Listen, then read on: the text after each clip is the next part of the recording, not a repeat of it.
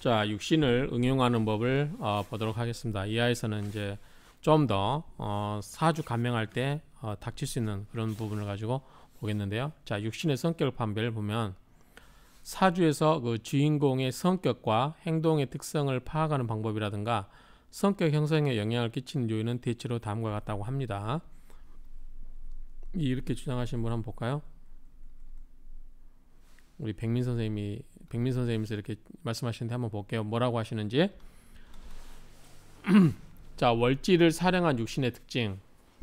자, 월지를 사령한 육신의 특징이라고 하면 월지라고 하는 것은 연, 월, 일지 그렇죠? 한번 만들어 볼까요?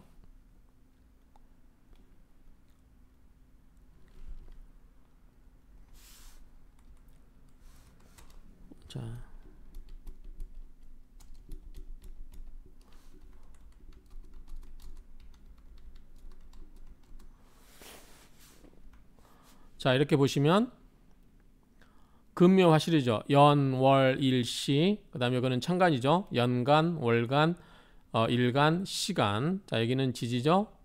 연지, 월지,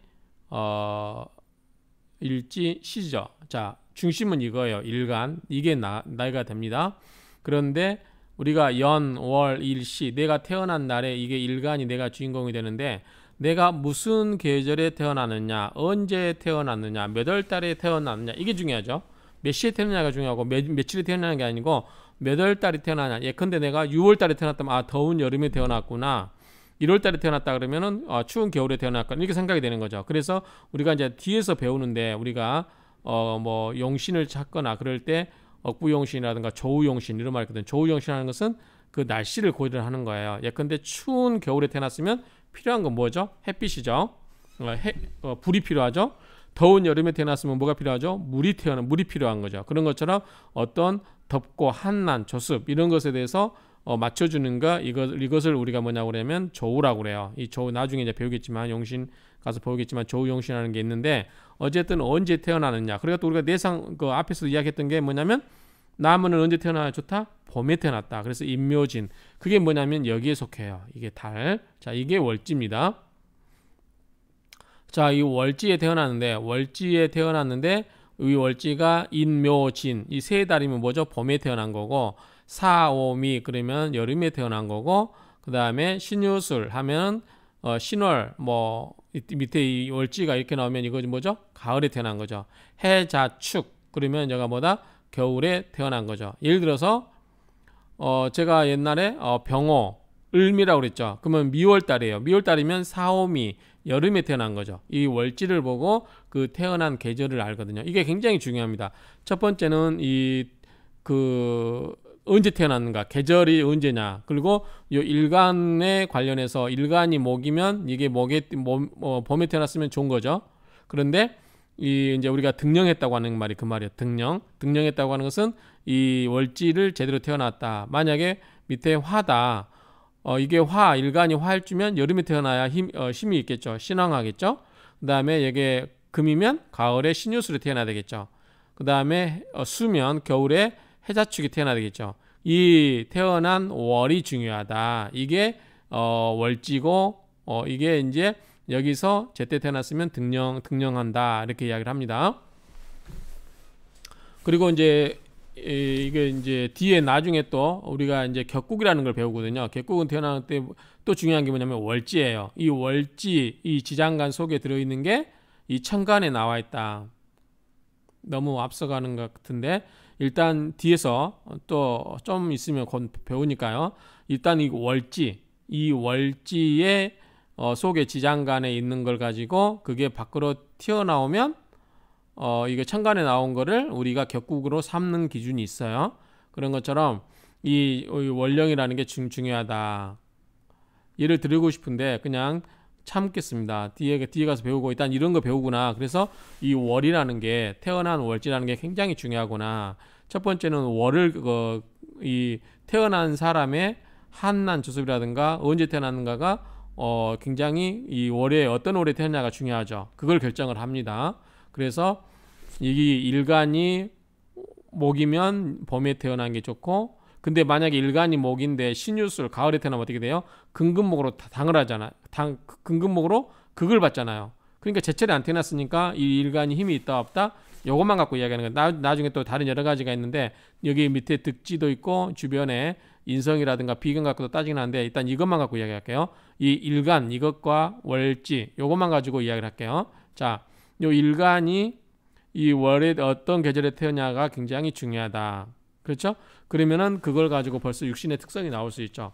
그래서 봄에 태어났으면 어떻고, 가을에 태어났으면 어떻고, 여름에 태어났으면 어떻고, 겨울에 태어났으면 어떻다. 그러니까 우리가 처음에 사주를 볼 때 당신은 자 일간이 뭔데, 일간이 무엇인데 언제 태어났기 때문에 어떻다라고 설명을 드리는 거야. 자 이게 월지를 설명할 때 굉장히 중요합니다. 그래서 조우 개념이라든가 이런 게 중요하고 나중에 조금 이따 배우겠지만 이 육천이 끝나고 격국을 배울 거예요. 이 격국 때도 이 월지에 투관되어 있는 거 위에 나온 거를 보기 때문에 이 격국을 정할 때도 굉장히 중요하다. 격국론에서도 이 월지가 중요하다. 그래서 이 월지가 굉장히 중요합니다. 사주에 있어서. 그래서 월주를 정확하게 기억을 하시라 이렇게 말씀을 드리겠습니다.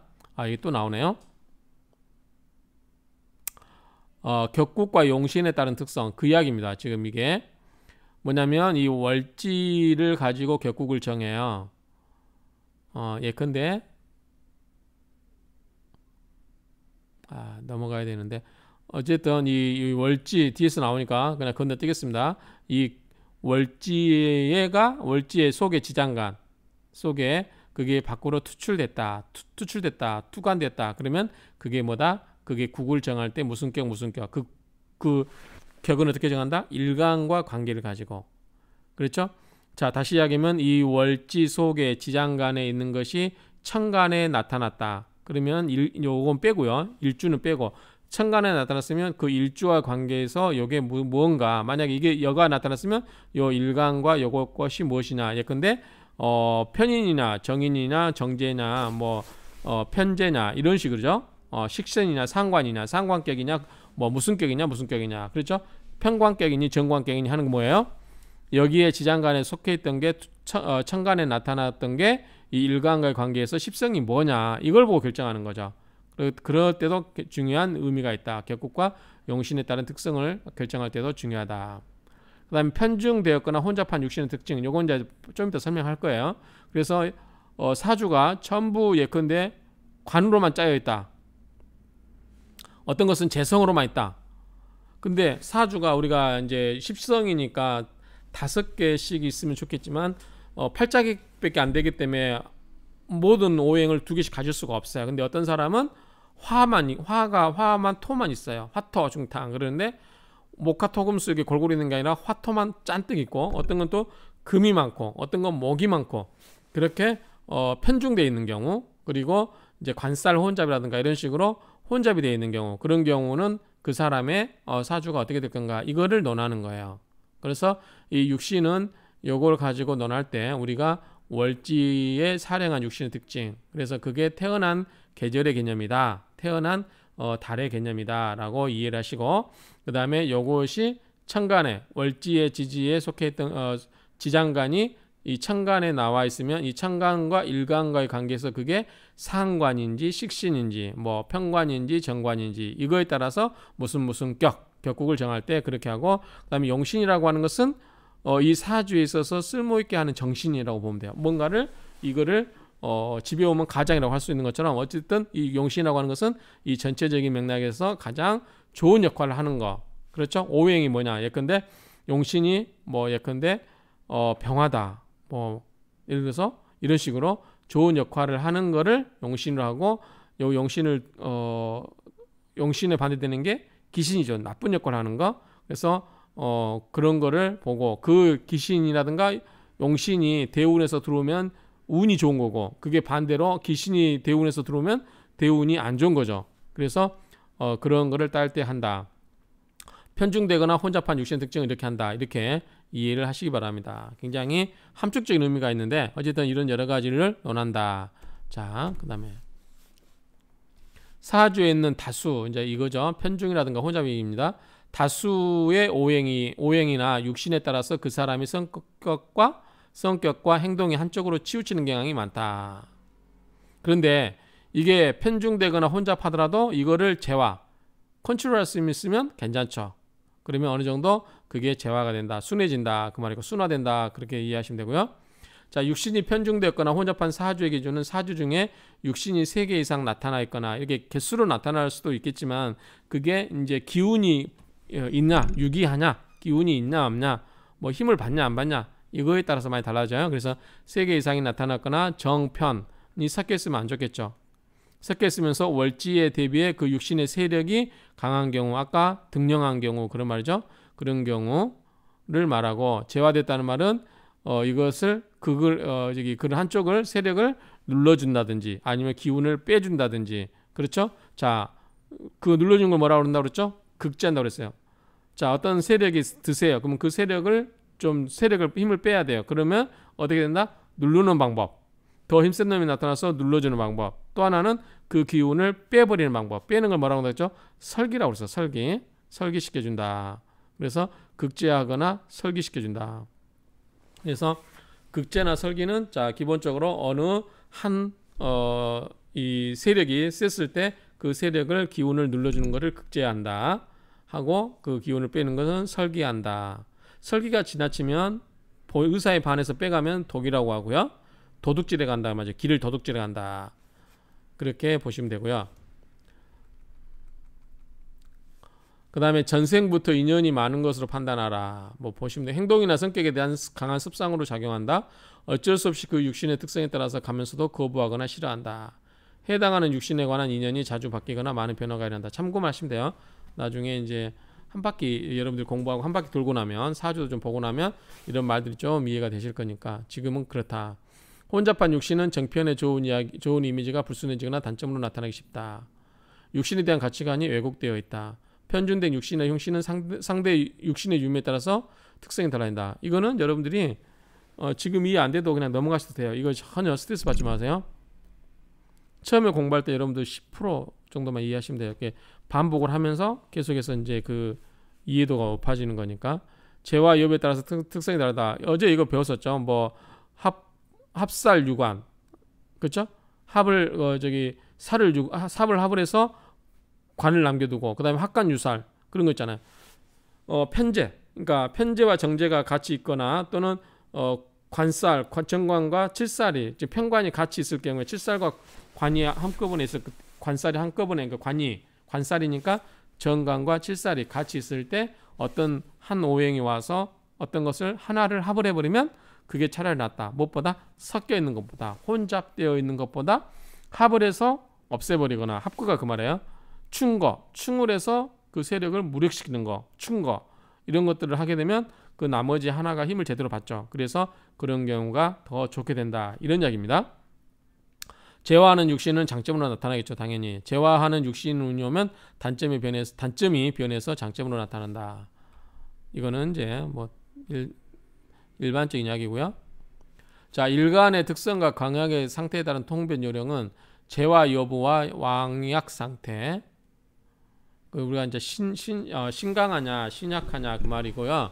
그 다음에 그거를 나쁜 작용을 하는 칠살의 작용을 하냐 못하냐. 예컨대 식신제살, 칠살이면 안 좋죠. 그런데 그거를 식극관, 식신은 관을 극을 하죠. 그래서 그거를 극을 해주는 거죠. 그래서 식신제살이라든가, 그렇죠? 아니면은 뭐 관인상생한다든지 이런 식으로 뭔가 그런 용어들을 여러분들이 이제 나중에 구체적인 이제 사주 신뢰를 가지고 아마 배우시게 될 거예요. 처음 배우신 분들은 그냥 이런가 보다라고만 넘어가시면 됩니다. 모르셔도 스트레스 받지 마시고. 자, 해당 육신의 단점, 파극하는 육신의 동향, 독이당하는 육신의 동향, 생조하는 육신의 동향. 그래서 자, 기본적으로 사주의 사주팔자를 가지고 8글자를 갖고 하지만 거기에는 각각의 오행이 있고 각각의 음양이 있죠. 그런데 그게 어떨 경우는 또 충도 하고, 또 어떨 때는 합도 하고 막 이러죠. 또 어떨 때는 대운에서 10년 단위 대운에서 운에 와서 또 충을 하거나 합을 하거나 뭐 여러 가지 그런 것들이 있고, 그 다음에 그 사주가 언제 태어나느냐. 그래서 사주 첫 번째 보는 순서는 이렇게 생각하시면 돼요. 자, 일간이 뭔지, 그리고 어느 계절에 태어났는지 이걸 먼저 보시고, 그 다음에 오행이 골고루 어떻게 돼 있는지, 편중돼 있는지, 잘 배합돼 있는지, 그것도 그게 서로 충화들이 계속 충화하고 있는 건지, 그걸 하고 있는지, 아니면 한쪽 세력이 너무 강해가지고 뭐 일간이 꼼짝을 못 한다든지, 그럴 경우 뭐 이런 것을 풀어주는 운이 오거나 그럴 때 좋다고 보는 거죠. 그러니까 이런 식으로 이제 여러 가지를 다 변수를 고려해 가지고 여러분들이 사주 실관하는 거기 때문에, 아직까지는 사주 실관하신 분들은 이게 무슨 말인지 이해가 되는데, 처음 공부하신 분들은 아직도 감이 안 올 거예요. 그러니까 그냥 지금 듣는 강의의 10%만 이해를 한다라고 그냥 감만 듣고 지나가시면 될 것 같아요. 그러면 여러분들이 나중에 실관할 때 이런 분들이 몇 번 하고 나면 이제 그때 가서 이해가 되실 거예요. 지금은 100% 이해한다 이렇게 말씀드릴 수 없고요. 100% 이해하신 분은 천재입니다. 아무튼 스트레스 받지 마시고 아는 만큼만 하고 건너뛰기 하시면 됩니다. 자, 이상으로 마치고 편중되거나 혼잡한 사주 특징에 하나씩 보도록 하겠습니다.